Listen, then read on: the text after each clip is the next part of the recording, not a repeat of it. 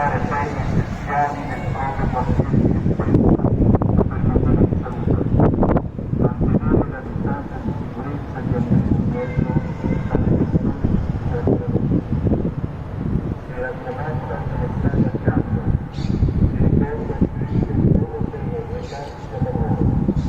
basically telling us to stay at home, to maintain a safe distance from each other, and not to go out unless we have to for work.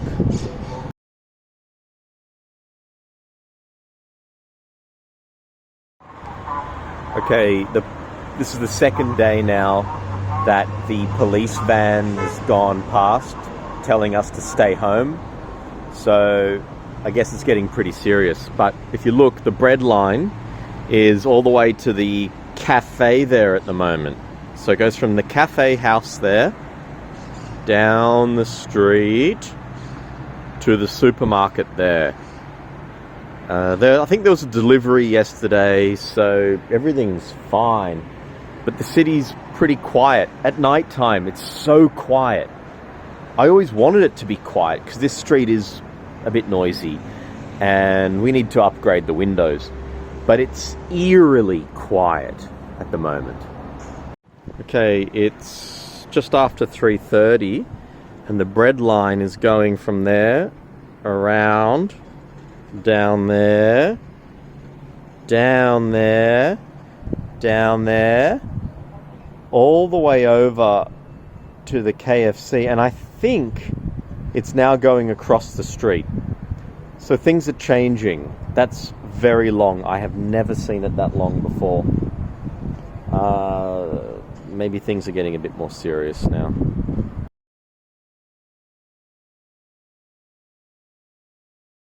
Okay, well, the line starts there, goes around the corner as it does, comes down here, goes there, past the KFC, and down to the cinema there.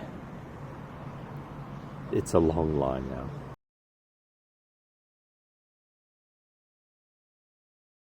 Hey, so what's been going on? Well, the Breadline at the moment, which was quite long, has now shrunk. There's still goods in the supermarket. You can just sort of see it down there. It was all the way over to there this morning, and it did go past yesterday. Apparently supermarket closes at 3 p.m. today, so I'm surprised. So what's going on? Well, the government interacted even more measures. They're apparently going to be checking every car that drives into Rome, so I'm assuming they mean inside the walls of the city. But of course I'm not driving to work or anything, so I don't really know what's going on. Park over there is closed. There's no one walking around in it. On the streets today, I see less people, but it's also lunchtime now, so that might be less. There's been criticism that there's been too many people walking around. From what I can see in the park, there's no one, but apparently there were a lot of people in parts of the park yesterday. I'm seeing more people on our rooftops than ever before. No one really uses ours. I use it for washing, that's it. I mean, I'd like to put a gazebo and all that sort of stuff up here, but that's a fair bit of money, and I'm not really in the mood or in the situation to throw that sort of money around to make it what I would like it to be. Or if it was, it would be amazing, but then there'd be more people up here, so... But our neighbour over there, they've got a really nice rooftop, and I haven't seen anyone on it. So they've put all this, where is it? Is that it there? Yeah, all this effort into that beautiful rooftop, and there's no one on it. KFC rooftop's abandoned. Apparently it's open for delivery, but I haven't made use of that. Bus is going past, I can't see anyone on it. So I guess for essential personnel, because some people don't have cars, responsible people trying to help the environment. A bit difficult. Hospital's still open. Apparently they're closing down even more things, but everything's pretty closed already. Supermarket's open. We're doing work from home. Basically, we've had to seriously ramp up. We're sort of in a holding mode doing what do we call lessons for kids, as in sort of recap and whatnot, but we can't keep doing that. Parents are, of course, frustrated.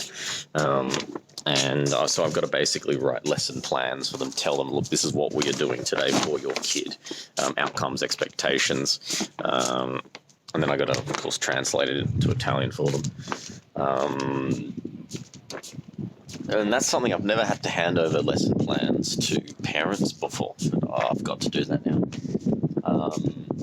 So I'm going to have to change up my lessons often. We're doing little short lessons, but I think one of the big things we have to move into is time, as in occupation of time, occupying students' time. So while I'm going to have my main teaching component, when they're meant to be doing things, as in writing, I'm going to pretty much have to record myself writing. So that's just going to be very odd, because I pretty much have to occupy the students' time and make sure the parents feel that their child's time is being occupied. And just coming inside, that I'm finding something very, very strange. And this is it's a bit of a dodgy door. Because I mean, if particularly the private schools are going to be suffering, because obviously parent income will drop. But also, if parents feel that they're getting value for money, I guess that's another thing. We will be moving to online lessons for primary age groups now. So I'm going to be teaching grade 1 online, which is as in a live video lesson, which is going to be challenging because it's not something they've ever done before, and they're not that. The kids have their tech savviness, but not necessarily to do that sort of stuff. They know how to play games. This is going to be something new for them.